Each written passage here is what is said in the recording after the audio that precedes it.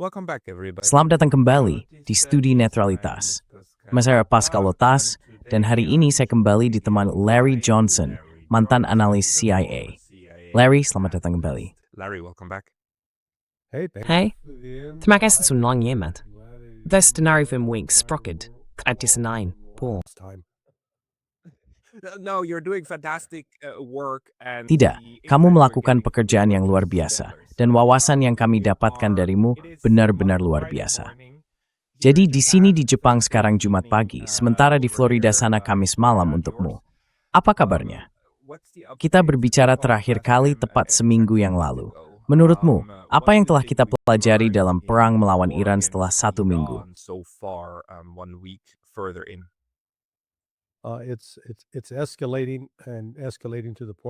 Situasinya meningkat hingga berada di luar kendali. Serangan kemarin oleh Israel terhadap ladang gas di Iran, yang sebelumnya telah diperingatkan oleh Iran. Jika kalian menyerang milik kami akan menyerang milik kalian. Dan kemudian serangan terhadap fasilitas nuklir Bushehr yang menghancurkan salah satu unit tenaga, benar-benar memperburuk keadaan. Saya sepenuhnya memperkirakan Iran sekarang akan membalas, kemungkinan menargetkan Dimona di Israel. Ketegangan ini meningkat karena Israel semakin putus asa. Mereka benar-benar mengira telah menjebak Iran. Tampaknya Mossad sebenarnya telah merekrut seorang pejabat senior Iran yang memberikan informasi penting tentang lokasi para pejabat tinggi di pemerintahan Iran.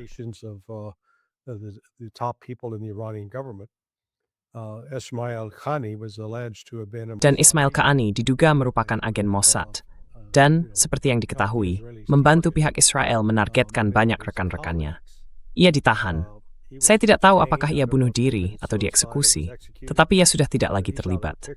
Keyakinannya, pekerjaannya, yang membuat pihak Israel begitu percaya diri bahwa mereka benar-benar bisa memenggal rezim Islam dan membangun pemerintahan baru di sekitar Qaani. Namun hal itu tidak terjadi, dan Iran sekarang, seperti yang diketahui, adalah masyarakat yang kompleks. Ini bukan masyarakat yang bergantung pada satu orang saja. Akibatnya, pada dasarnya, setiap posisi dalam pemerintahan, orang-orang telah diberitahu untuk memilih siapa yang akan menggantikan mereka hingga 7 tingkat ke bawah. Jadi, mereka tidak kehilangan ritme. Seseorang meninggal, seseorang lain langsung mengambil alih posisi itu, dan mereka terus berjalan.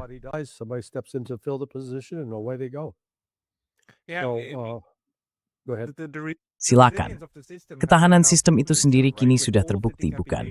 Dengan semua serangan pemenggalan, termasuk yang terbaru terhadap Kepala Pasukan Keamanan, Ali Larijani, kita bisa lihat mereka tetap bertahan. Namun Hegseth, hanya beberapa jam yang lalu, memberikan pidato bombastis dengan mengatakan bahwa semuanya berjalan sesuai rencana. Luar biasa, hebat, kita sedang menghantam mereka. Turki akan hancur dalam sehari sejak awal. Apa pendapatmu tentang itu? Apakah ini sekadar harapan kosong di pihak mereka? Atau mereka berencana untuk meratakan Iran seperti meratakan Gaza?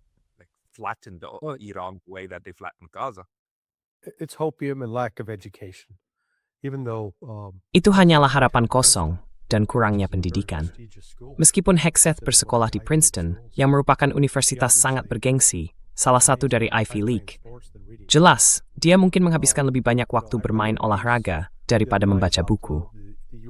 Kamu tahu, saya menulis sebuah artikel beberapa malam lalu tentang kampanye pengeboman AS terhadap Jepang dalam 6 bulan terakhir Perang Dunia II pada tahun 1945. Itu menjadi pengingat tentang keterbatasan sebuah kampanye pengeboman. Kampanye itu dimulai pada Maret 1945 dengan pengeboman api di Tokyo yang menewaskan lebih dari 100.000 warga sipil dan berlanjut hampir tanpa henti selama 6 bulan berikutnya. April, Mei, Juni, Juli, dan kemudian Agustus.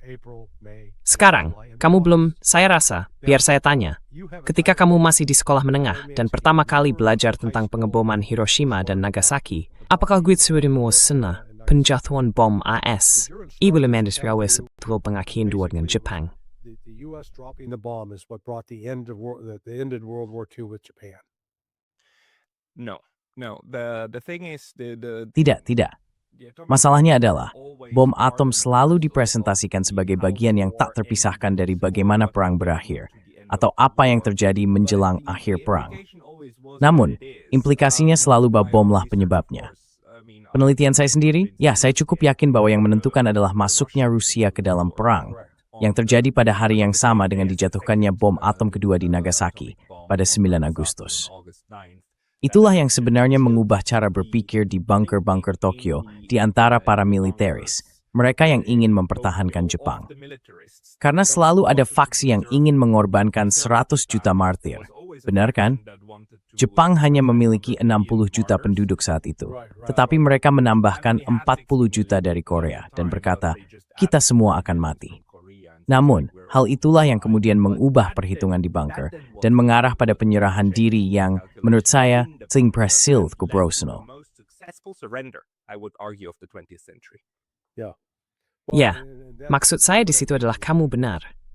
Saya Rusia masuk pada tanggal 6 Agustus, 1 hari sebelum Nagasaki. Di Amerika Serikat, kemungkinan itu tanggal 8 Agustus. Tetapi di Jepang sudah tanggal 9. Karena alasan yang sama, seperti saat saya berbicara kepada Anda pada tanggal 20 Maret, sementara di sana masih tanggal 19. Zona waktu, kita menghadapi yang sama.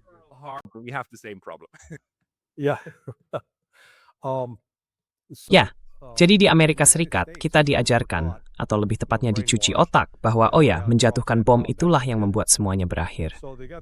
Jadi mereka punya pola pikir bahwa yang perlu kita lakukan hanyalah, tahu kan, mengebom Iran sampai ke zaman batu, dan mereka akan menyerah. Padahal sejarah menunjukkan hal itu tidak pernah berhasil. Bahkan dalam kasus senjata nuklir, yang menjadi penentu adalah masuknya tentara merah Soviet. Dan seperti yang kamu katakan dengan benar, yang terjadi di sini adalah, Texas masih percaya pada mitos bahwa dengan menjatuhkan cukup banyak bom ke Iran, mereka akan menyerah. Dan kamu tahu, angka yang saya punya untuk populasi Jepang pada tahun 1945 adalah sekitar 71 juta.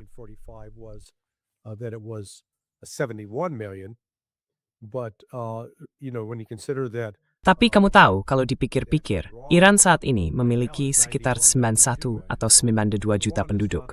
Jadi Iran bukan hanya lebih besar, sekitar 4 kali ukuran geografis Jepang, tetapi juga memiliki 20 juta lebih banyak penduduk dibanding Jepang. Gagasan bahwa kamu tahu. Dan syukurlah Amerika Serikat dan Israel belum sampai membunuh ratusan ribu orang seperti yang dilakukan oleh Amerika. Tapi kamu tahu, hal menyedihkan lainnya dari ini adalah bahwa AS memiliki tradisi membunuh warga sipil dengan kekuatan udara, karena sangat mudah dari ketinggian 25.000 kaki menjatuhkan bom dan membunuh orang. Kamu tidak perlu melihat darahnya, tidak perlu melihat anggota tubuh yang hancur, tidak perlu mencium bau daging yang terbakar. Jadi, hal itu mudah dilakukan. Rasanya seperti bermain video game. Ya. Jadi maksud saya, dalam arti tertentu, inilah yang akan membuat perang menjadi lebih mengerikan bagi Iran. Tapi semua bukti sejarah menunjukkan bahwa hal ini sebenarnya tidak akan mengubah arah pemerintahan.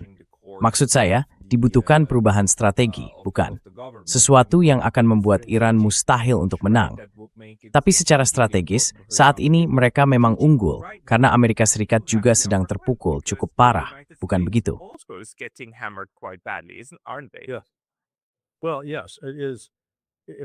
Ya, benar.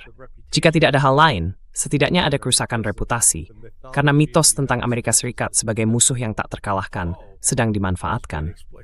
Ini Iran, yang telah berhadapan langsung, bukan hanya dengan Amerika Serikat, tetapi juga dengan Israel. Dan sekarang kita memasuki minggu ketiga, sebenarnya minggu keempat.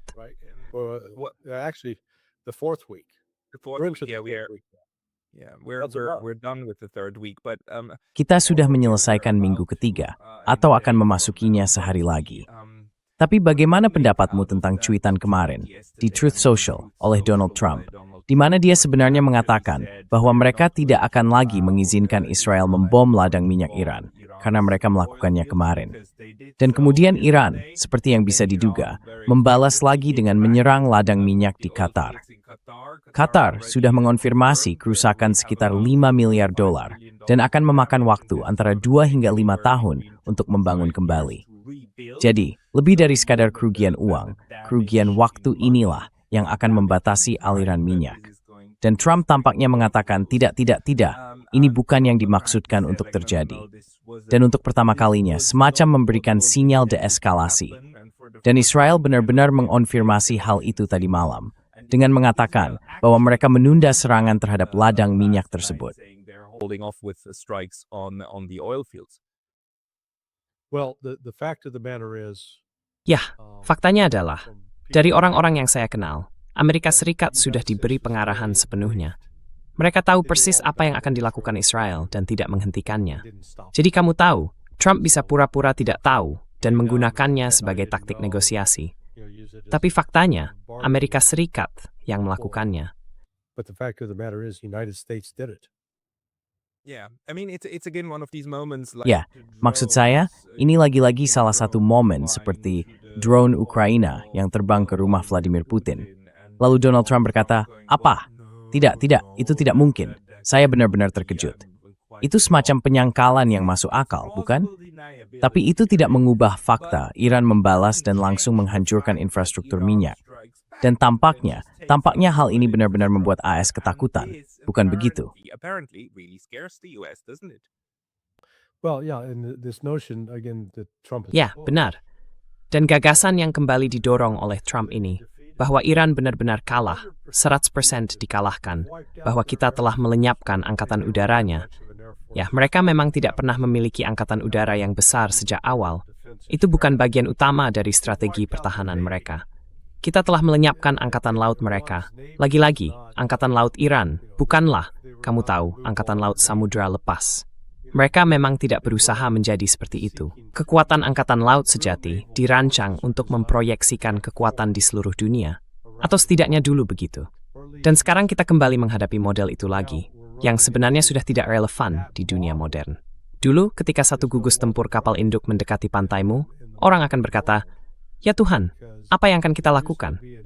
20 tahun lalu, kamu akan berkata, "Ya Tuhan, mari berikan saja apa yang Amerika Serikat mau."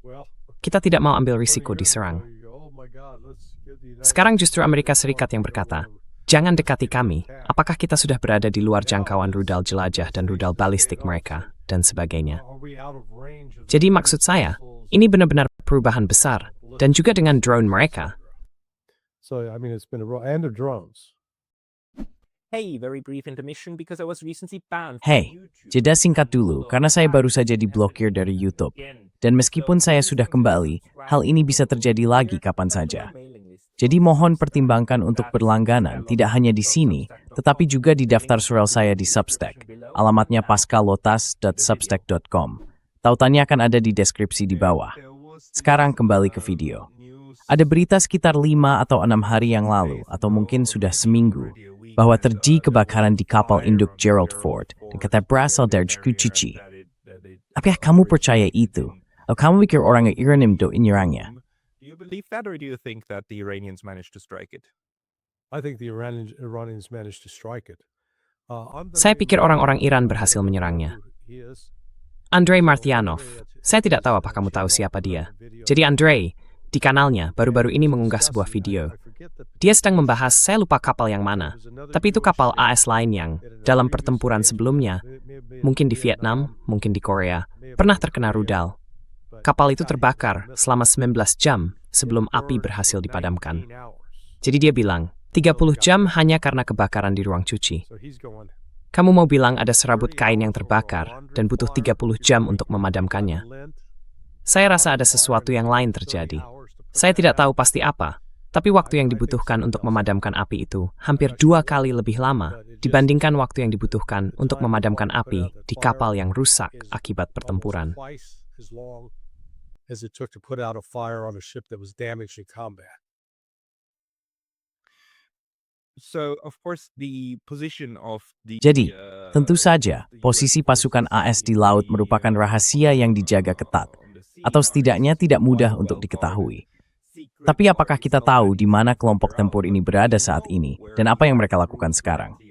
Karena menurut saya, seluruh kampanye udara, apakah sebenarnya diluncurkan dari kapal-kapal ini, atau kampanye udaranya? Tidak, maksud saya itu dari darat. Itulah masalahnya dengan mereka. I mean, that's the problem with them. So, the ships have to Jadi, kapal-kapal itu harus tetap di tempat untuk saat ini. Sepertinya mereka berada sekitar 500 mil dari lepas pantai. Benar. Jangkauan tempur F-35, jadi mereka punya skuadron di kapal induk, adalah 600 mil. Itu berarti pesawat bisa terbang 300 mil keluar, lalu 300 mil kembali, dengan cukup bahan bakar untuk mendarat di kapal induk. Atau bisa juga terbang sejauh 600 mil, tapi kemudian harus diisi bahan bakar di udara. 600 miles and then it's got to be refueled. Ya. Well, you're not going to put a KC-135 Ya, refueled kamu tidak akan menempatkan pesawat tanker pengisian bahan bakar KC-100 di atas wilayah udara Iran, karena pesawat itu akan ditembak jatuh. Jadi artinya, jika sebuah pesawat lepas landas dari kapal induk, pesawat itu akan terbang sekitar 300 mil dari pantai Iran, lalu diisi bahan bakar. Pesawat itu bisa terbang 300 mil lagi ke dalam, tetapi kemudian harus berbalik arah, kembali, dan diisi bahan bakar lagi untuk kembali ke kapal induk. It's a stang. The Tate Kabumab Pengsidet wrote. Du har messelits diagnosis meal with Mirthai. Where the man to esmond to neither kafta for them phone. 500 miles. Just really makes them combat ineffective. So the notion that the air defenses over Jadi anggapan bahwa pertahanan udara di Iran telah dinonaktifkan itu tidak benar. Maksud saya, Iran memang tidak mampu menembak jatuh semua rudal yang datang, tetapi mereka bisa menembak jatuh sebagian. Dan Amerika Serikat sangat menyadari hal itu, dan saat ini beroperasi dengan asumsi bahwa jika pesawat mereka masuk, pesawat tersebut akan ditembak jatuh. If their aircrafts entered, they would be shot down. Correct. They've been using munitions that Benar. Mereka telah menggunakan amunisi yang, mari kita sebut bom luncur atau rudal luncur. Amunisi itu diluncurkan dari pesawat seperti JASM, yaitu Joint Air-to-Surface Standoff Missile. Saya lupa semua kepanjangan akronimnya, tapi rudal itu bisa menempuh jarak sekitar 500 mil. JAM bisa menempuh jarak 50 hingga 60 mil, jadi jangkauannya jauh lebih terbatas. Lalu ada rudal jelajah Tomahawk, tapi kita mulai kehabisan stoknya. Produkstimithosis akewal. Jadi masalahnya. Amerika Serikat selalu skave into every day, sebagai ingin komamazis basis industri yang mandu, kuota. without having the industrial base to do it. Menurutmu, berapa banyak rudal dan sebagainya yang masih tersisa? Kau tahu, aku sempat memikirkan hal ini beberapa hari lalu. Mungkin justru kita yang keliru karena terus-menerus mengatakan bahwa AS tidak memiliki kapasitas industri seperti itu. Bagaimana jika sebenarnya AS memiliki jauh lebih banyak hal semacam ini daripada yang kita ketahui? Itu bisa membuat Iran meremehkan kekuatan militer AS dan Israel. Well, it's pretty difficult to hide. Ya, cukup sulit untuk menyembunyikan hal itu ketika tercantum dalam anggaran terbuka Departemen Pertahanan. Memang ada bagian yang diklasifikasikan tentu saja, tetapi kemudian ada para produsennya, seperti Lockheed Martin dan Raytheon. Mereka adalah perusahaan publik, jadi mereka melaporkan hasil mereka, apa yang mereka produksi dan berapa banyak. Dari situlah kita mendapatkan angka-angka ini. Gagasan bahwa mereka memiliki fasilitas rahasia, tempat mereka membangun persediaan besar senjata-senjata ini, saya sangat meragukannya. Dari sumber publik, kita tahu bahwa mereka mulai memproduksi TAAT, senjata Terminal High Altitude Area Defense, pada tahun 2007. Jadi sekarang, 19 atau 20 tahun kemudian, jumlah total yang telah diproduksi sekitar 900 unit. Dan ketika menembak ke arah target yang datang, Anda harus menembakkan 2 unit TAAT tersebut. At an incoming target, you got to fire 2 of those THAADs. So in other words, we have enough. Jadi, dengan kata lain, kita akan memiliki cukup banyak jika kita tidak pernah menggunakan TAAT sebelumnya. Yang tidak benar, kita sudah pernah menggunakannya di masa lalu dalam situasi lain. Tapi, jika kita belum pernah menggunakannya, dan kita memiliki total 900 unit, itu berarti sistem tersebut mampu menangkis 450 rudal, baik rudal balistik maupun rudal jelajah. Jadi, berapa banyak rudal yang telah ditembakkan Iran dalam 20 hari terakhir? Israel menembakkan rata-rata 50 per hari. Jadi, itu 1000, kalau perhitunganku tidak salah. Benar? Jadi langsung aja, mereka sudah menembakkan lebih banyak rudal daripada yang bisa dijatuhkan oleh THAAD. Serupa, silakan lanjut. Then the THAAD could shoot down. Similar, go ahead. Ya, tidak. Saya berbicara dengan Mohamed Marandi kemarin di Teheran. Dan dia mengatakan seperti, ya, mereka membunuh para pemimpin kami, tapi kami tetap terus maju. Dan lihat, kami bahkan belum mulai menggunakan senjata paling kuat kami. Maksud saya, kami hanya bergerak secara strategis. Atau maksud saya, orang-orang Iran. Karena dia tentu saja bukan bagian dari pemerintah. Orang-orang Iran saat ini menggunakan versi yang lebih lama. Dan ya, menurutnya, Iran tidak hanya memiliki bunker bawah tanah, tetapi juga fasilitas produksi utanig. Di situ berbicara, mereka terbuat makisi. Itu klaimnya. Oh no, I think he's exactly right. There's enough. Oh tidak, saya pikir dia benar sekali. Kamu tahu, ada cukup banyak video daring yang diunggah Iran yang bukan khayalan, karena mereka sadar mereka tidak bisa bertarung dan menang melawan Amerika Serikat di permukaan. Tapi mereka punya keunggulan.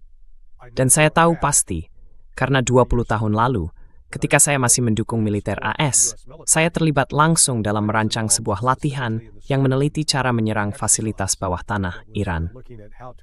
Rijkstuth nu Hoggerties mom et kampusahaun.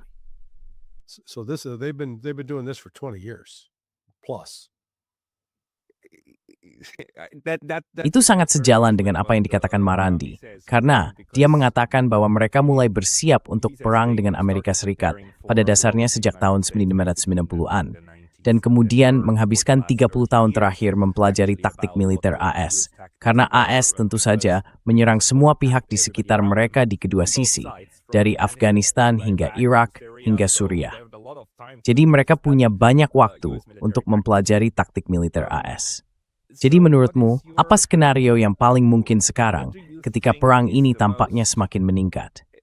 Lebih banyak serangan terhadap warga sipil di satu sisi. Tetapi di sisi lain, maksudku, Iran mungkin akan terus melemahkan infrastruktur AS di kawasan itu. Bukan? Well, that and Israeli infrastructure as well. Ya, itu juga termasuk infrastruktur Israel. Jauh lebih mudah bagi Iran untuk membuat Israel melemah daripada sebaliknya. Di Israel, kamu hanya perlu fokus pada 2 kota, Tel Aviv dan Haifa. Itu sudah mencakup sekitar 55, hampir 60% dari populasi. Lalu hancurkan infrastrukturnya, lumpuhkan bandara, Ben Gurion. Lagi pula, mereka hanya punya satu bandara sipil, dan hancurkan 2 pelabuhannya. Barang-barang impor yang masuk ke Israel datang melalui Haifa atau Tel Aviv. Hancurkan keduanya, ledakkan. Sebaliknya, kamu mau menghancurkan bandara di Teheran? Baiklah, mereka punya setidaknya 10 bandara besar lainnya di seluruh negeri. They've got at least 10 other major airports throughout the country. Okay? So they got 10 to 20 times. Oke, jadi mereka punya, kamu tahu, 10 hingga 20 kali lebih banyak bandara dibandingkan Israel. Populasi mereka, meskipun Teheran memiliki sebagian besar, sekitar 12 juta orang, kira-kira 13% dari populasi Iran, masih tersebar. Bukan hanya satu kota saja. Jika kamu menghancurkan satu kota, kamu tidak menghancurkan Iran. Jika kamu menghancurkan 2 kota di Israel, pada dasarnya kamu menghancurkan Israel. Jadi, ketika Israel kehilangan pertahanan udara dan rudalnya, dan mereka sama terkurasnya seperti Amerika Serikat, Iran terus menyerang mereka di titik-titik penting. Itu tidak serta-merta akan memaksa Iran untuk menyerah, tetapi akan mendorong orang-orang Iran untuk setidaknya mencari semacam perjanjian damai, karena mereka tidak bisa menahan kerusakan sebesar itu dalam jangka waktu lama. Orang Israel maksudmu, ya? Ya. Ya. Bagaimana pendapatmu tentang argumen yang dikemukakan oleh Brian Berletic bahwa, lihat, bukan Israel yang memegang kekuasaan Amerika Serikat? Sama sekali tidak. Israel hanyalah berperan sebagai anjing penjaga bagi AS dan sebagai alasan yang nyaman untuk melakukan semua ini. Dan secara keseluruhan, strateginya, menurut setidaknya satu makalah strategi dari salah satu lembaga think tank, adalah untuk benar-benar memutus aliran minyak ke Tiongkok, dan terutama merugikan Tiongkok, tetapi melakukannya dengan menyerang Iran. Darwah ini dari keseluruhan strategi serangan untuk mendorong semua pihak, termasuk tentu saja Rusia, ke sudut di mana mereka kemudian dapat disingkirkan satu persatu.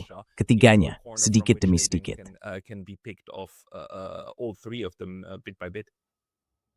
Now, I think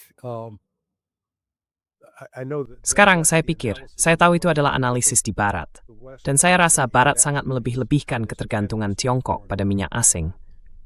Tiongkok telah bergerak agresif memasuki era tenaga listrik, dengan mobil listrik yang berjalan menggunakan listrik, bukan minyak bumi. Dan Tiongkok telah menyeimbangkannya dengan produksi listrik yang tak tertandingi di seluruh negeri, nuklir, batu bara, angin, surya, dan sebagainya. Maksud saya, Rusia beidrosis for the krutasten al-karis, Sri Starilit. Amerika membutuhkan gas, tidak membutuhkan gas al-semua, dan tidak minyak bumi untuk memperkenalkan ekonomi dari tercepakan dengan to keep running their economy at a high rate. Tidak sampai pada tingkat yang sama seperti yang dilakukan negara-negara Barat. Mereka masih membutuhkannya. Tentu saja, maksud saya, ada industri besar yang memang membutuhkannya. Tetapi tidak pada tingkat yang sama, maksud saya. Secara proporsional, tidak pada tingkat yang sama. Itu yang kamu maksud. Ya. Right. It was different 20 years ago. Okay? Benar. 20 tahun yang lalu keadaannya berbeda, oke? Ya. Jika hal ini terjadi 20 tahun yang lalu, Tiongkok akan berada dalam kesulitan yang sangat serius. Tapi sekarang tidak. Dan sekali lagi, mereka punya Rusia. Mereka tidak membutuhkan Teluk Persia. Mereka punya Rusia tepat di sebelahnya. Dan mereka masih membangun pipa. Kamu tahu, ini hubungan yang saling menguntungkan antara keduanya. Karena manfaat tak terduga lainnya dari penutupan Teluk Persia adalah, ya ampun, itu menyuntikkan sejumlah besar uang ke dalam ekonomi Rusia. Dengan terhentinya pasokan minyak, Rusia kini bisa menggantikannya. Begitu juga dengan gas alam cair, dan juga dengan pupuk. Semuanya akan dijual dengan harga yang lebih tinggi, tentu saja. Jadi bagi Rusia, sanksi-sanksi itu mulai memudar. Dan sekarang bahkan Janet Yellen, Menteri Keuangan, mengakui bahwa dunia membutuhkan Rusia.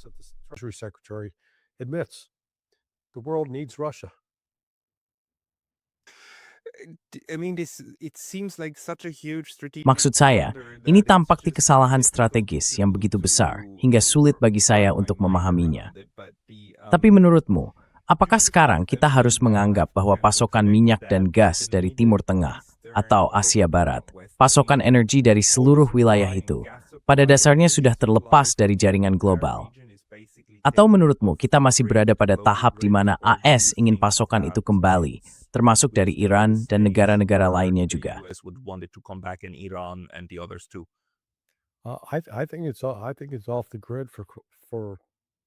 Saya rasa ini akan tetap di luar jangkauan selama, setidaknya 3 bulan lagi.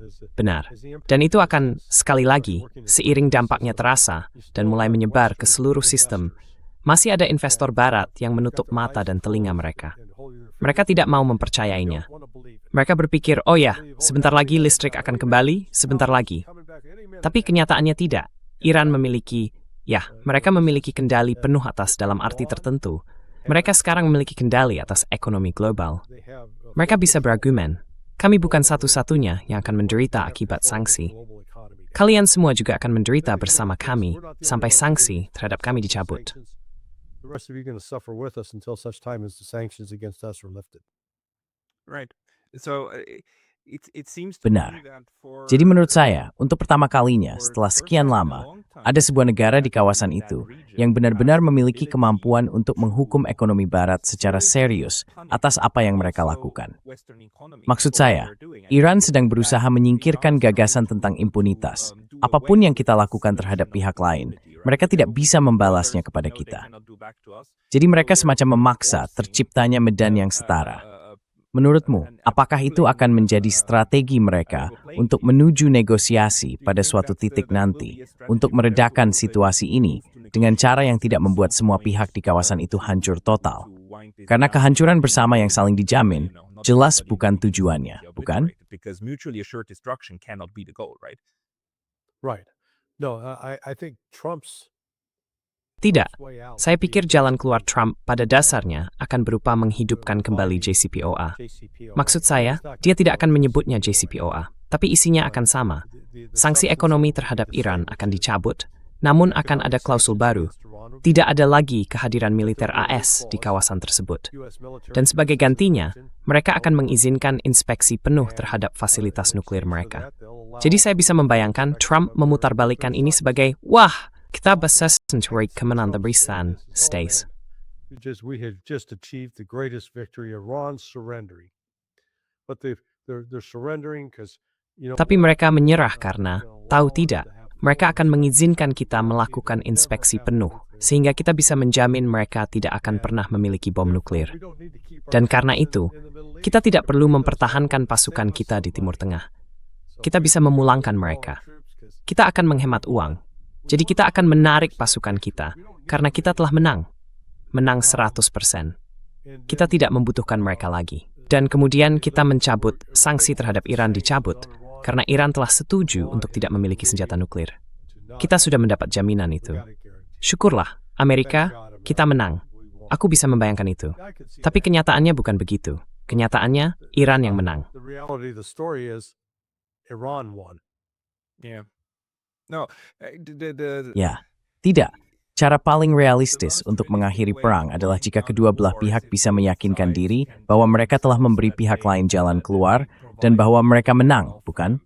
Dan pihak Iran bisa mengatakan hal yang sama, seperti kami mengusir mereka, kami menang. Dan pihak Amerika juga bisa mengatakan itu.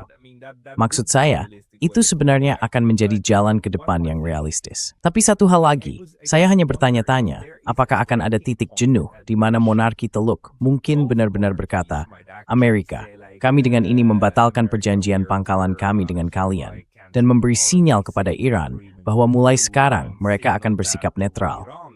Karena kita tahu bahwa pada titik tertentu, negara-negara proksi ini memang mulai bernegosiasi.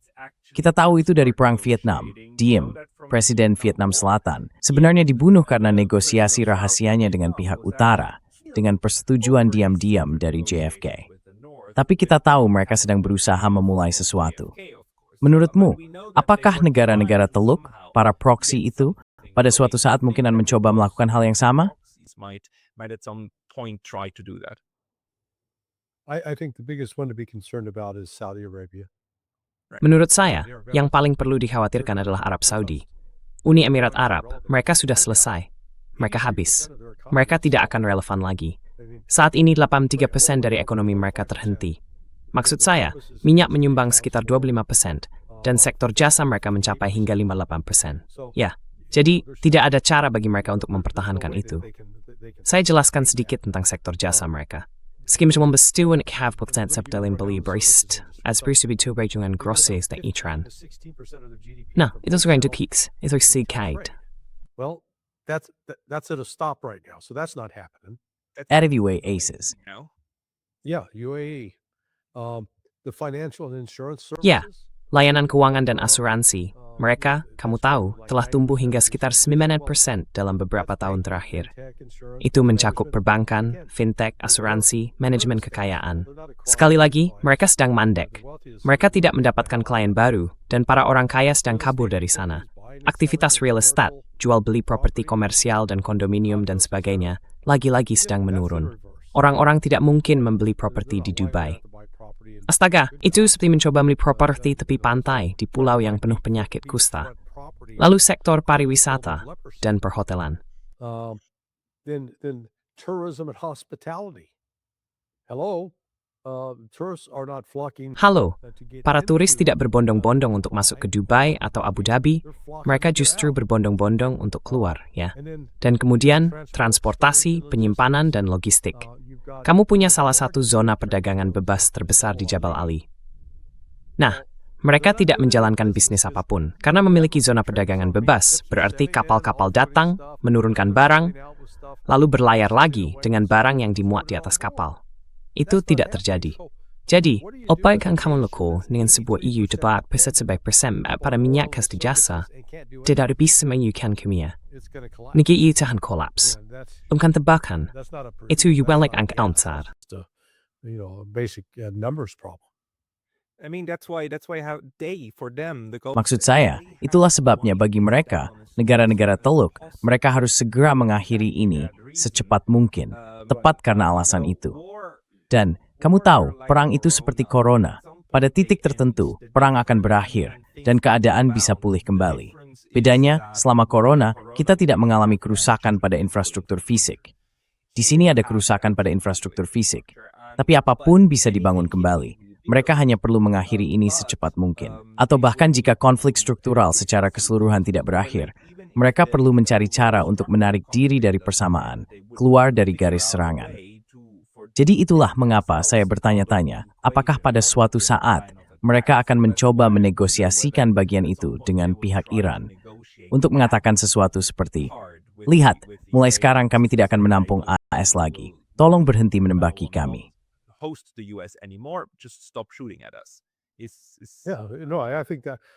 Ya, aku pikir itu mungkin, meskipun begitu. Sekarang, orang-orang Saudi justru mengatakan hal yang sebaliknya. Mereka bilang, oke, kami akan berperang dengan kalian. Baiklah orang Saudi, apa yang akan kalian lakukan? Pemuda-pemuda Arab Saudi tidak sedang berbaris untuk mendaftar ke tentara Saudi atau Angkatan Udara Saudi. Kamu tahu, itu tempat para tentara bayaran. Mereka bergantung pada orang asing untuk melakukan semua pekerjaan kotor dan berat bagi mereka.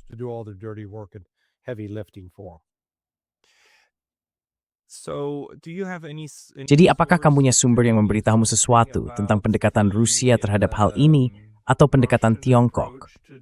Aku berbicara dengan seorang cendekiawan Tiongkok pada hari Senin, tapi aku ingin tahu apakah kamu mendengar sesuatu tentang kerjasama yang sedang berlangsung antara Iran dan dua negara lainnya.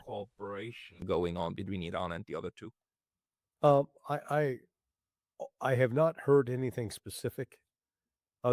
Saya belum mendengar hal yang spesifik, selain hanya memperhatikan bagaimana Rusia dan Tiongkok tampaknya berkoordinasi dan berbicara dengan erat, karena mereka menghadapi masalah di BRICS dengan India. Tiongkok dan Rusia harus memutuskan apakah mereka akan menyuruh India untuk menyingkir, pergi, bergabung saja dengan teman-teman baratmu, atau tidak. Menyelamatkan Iran sangat penting bagi BRICS. Saya merasa tertarik mendengarkan wawancara Joe Kent, tanggapannya terhadap pertanyaan Tucker Carlson tadi malam. Karena dia mulai membicarakan bagaimana bagian dari kesepakatan dengan Iran akan mengharuskan Iran melakukan semua transaksi minyak dalam dolar, bukan dalam renminbi. Dan dia mengatakan itu. Jadi menurut saya, itu menunjukkan bahwa ini adalah sedang dibahas di kalangan intelijen, bahwa mereka menyadari BRICS merupakan ancaman bagi dolar AS. Anaheim bersua dua grace di bahar bisa mendapatkan pengaruh frekuensi. Narti, sarinya, saat ini, menherankan terhadap kena nulus. But the problem with that is Iran's got all the leverage right now. Penafsiran ini sejalan dengan apa yang saya dengar dari rekan analis di Amerika Latin, yang melihat apa yang terjadi dengan Venezuela bukan sebagai upaya untuk mengambil alih minyaknya, melainkan untuk memastikan denominasi minyak Venezuela dalam dolar AS. Dan tampaknya hal itu telah tercapai. Mungkin ini juga salah satu alasan utama perang dengan Iran, untuk memastikan minyak, petrodolar, tetap bertahan. Namun sekali lagi, tampaknya tidak berjalan ke arah itu. Yetzerotis marb nanorofotham nisachatsportis.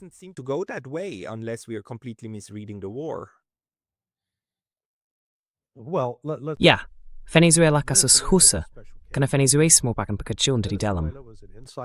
Ya, I know this because my former business partner was directly involved in it. Saya tahu ini karena mantan rekan bisnis saya terlibat langsung di dalamnya. Saya mengetahuinya kemudian. Maksud saya, dia sudah agak pensiun, tapi dia punya 3 informan.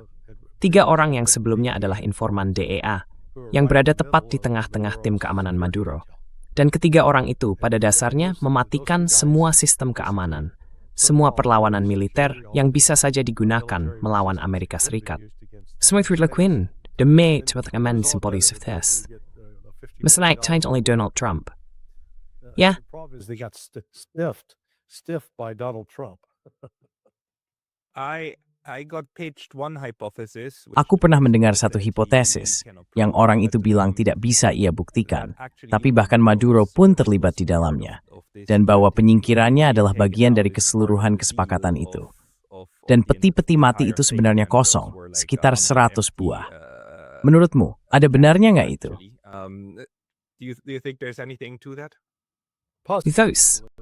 at its highest embracing wend.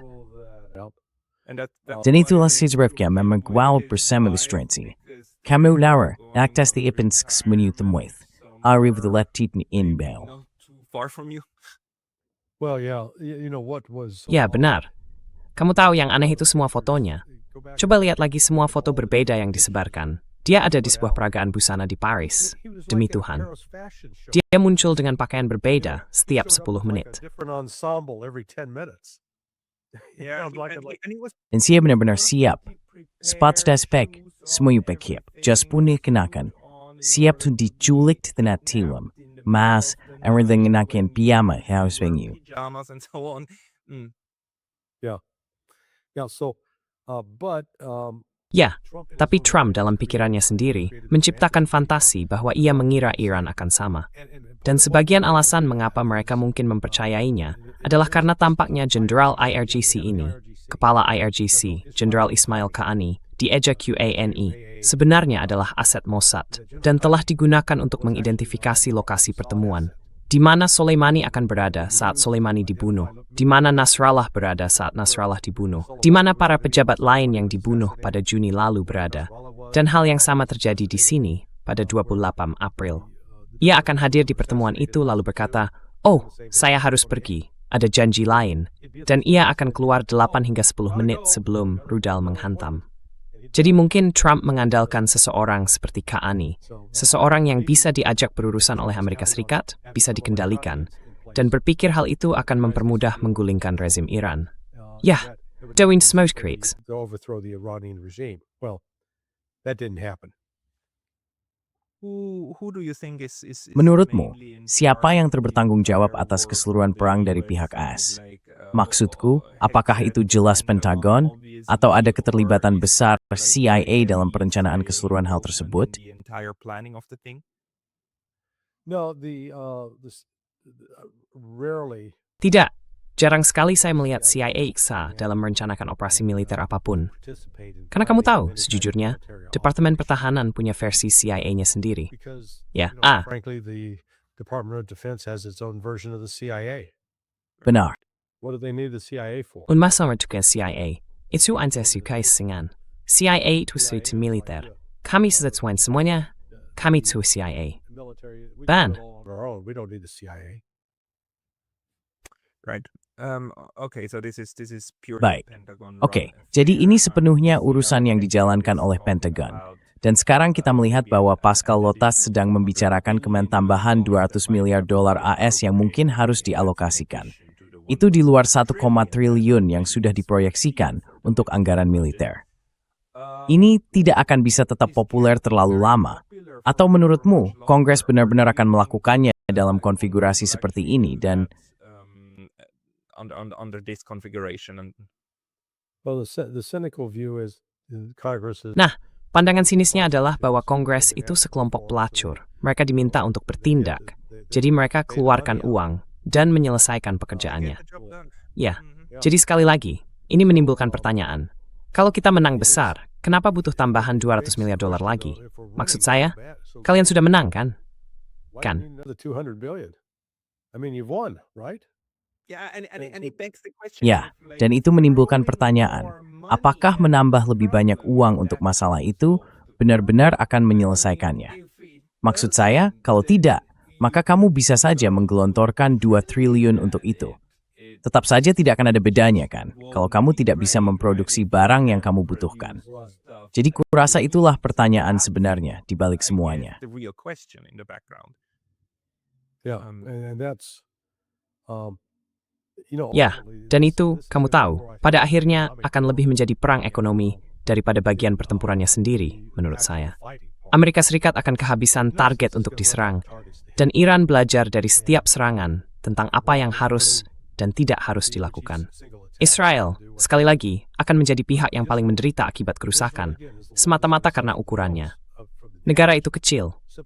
Kamu tahu, ketika ada 9 hingga 10 juta orang yang tinggal pada dasarnya di 3 kota besar, mudah dibayangkan bahwa kamu lebih rentan dibandingkan negara dengan 91 juta penduduk yang tersebar di yang 12 atau 13 kali lebih luas. Spread out all over Ya, in territory that's easily 12, 13 times yours. No, absolutely. But then maybe just to Tidak, also, tentu saja. go to our, Tapi mungkin, finish, untuk menuju akhir wawancara ini, bagaimana interpretasimu terhadap cara perang ini dijalankan sejauh ini? Karena fakta bahwa Iran tidak melancarkan serangan besar-besaran terhadap warga sipil di Haifa dan Tel Aviv juga memberitahu kita sesuatu. Mereka juga tidak menyerang pembangkit listrik tenaga nuklir, dan ada banyak target lain yang belum mereka serang. Itu merupakan bagian dari sinyal strategis. Kita tahu bahwa Iran sebenarnya sangat terbatas, bukan hanya dalam hal pembunuhan massal yang mereka lakukan, tetapi juga dalam infrastruktur yang mereka pilih untuk diserang.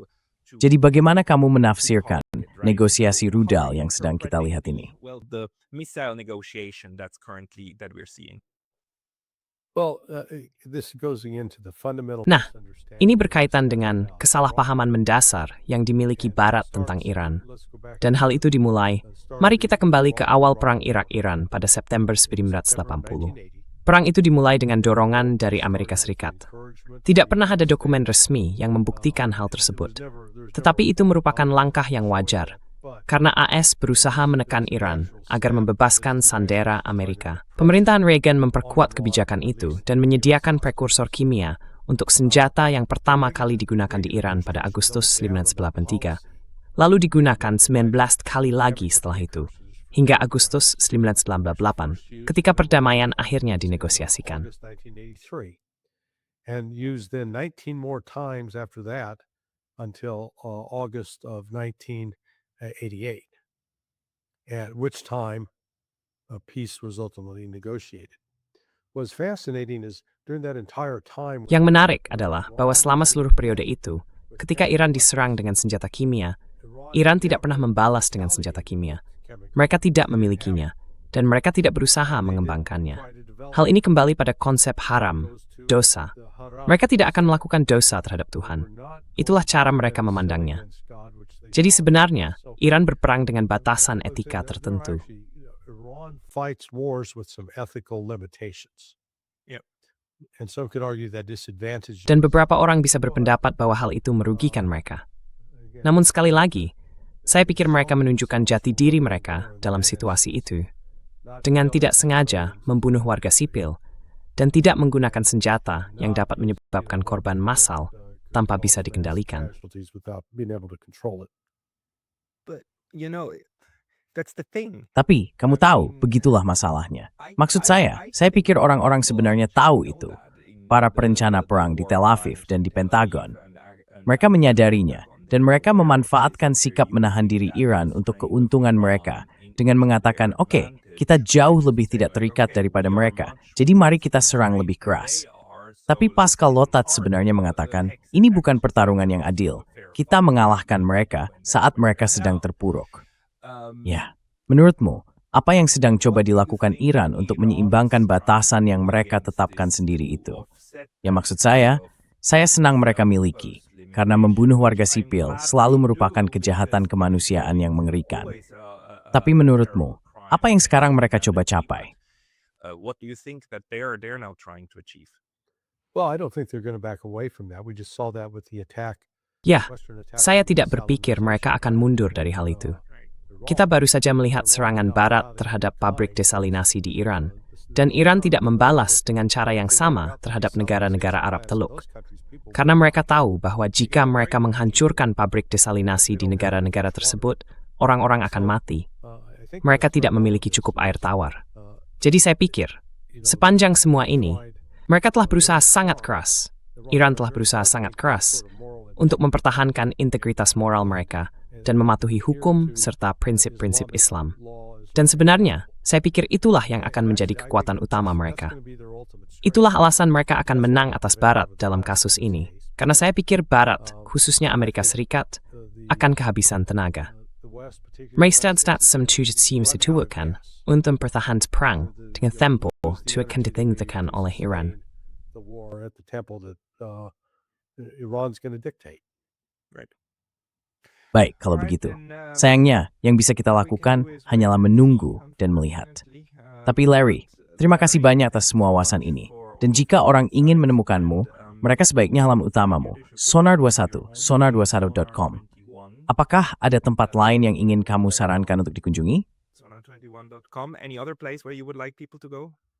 I'm also at Saya juga ada di Substack lagi, di Sonar 2 South, dan sama halnya di Patreon. Tapi yang paling mudah adalah sonar2.com, dan kamu sampai di sana. You're there. Everybody just look up Sonar. Vermatraling, en slash toort with Saul, Path, en tuikupungan Larry, dukung Patreons, dan Substack juga. Dan sekali lagi lihat every the deklamasi YouTube, itu yang durante tu personalnya. Larry Johnson, kami mentik sewaktu jaret. Johnson, thank you so much for your time today. Well, thank you. Baik, Pascal. terima kasih, Pascal. By the way, you saw Oh ya, kamu lihat YouTube menendang Rick Sanchez? Sanchez. Oh ya, Yes. Yes. They banned The Stat melarang saluran YouTube-nya. Imagine to BitChute. Yeah, they're coming after. ya, mereka sedang mengejar para jurnalis, seperti yang sudah diduga. Tidak, ini buruk. No, it's Ini buruk. It's bad. Aku harap Rick Sanchez, aku harap beberapa orang bisa kembali. I hope Maksudku, kadang-kadang itu terjadi. Itu mungkin bagiku. Aku harap yang lain juga bisa kembali. Tapi ya, I hope others can Yeah. come back, but Yeah. But hey, Pascal, I Saya medrais bekerja and schmint for film. appreciate it again. look forward Yudhim na to thuno, seeing en the thicky you and again. mood. Thank Timberhaniling, you, Larry. Samas. Bye-bye. Selamat tinggal tentu. Semua harimu, Peyton. Hey,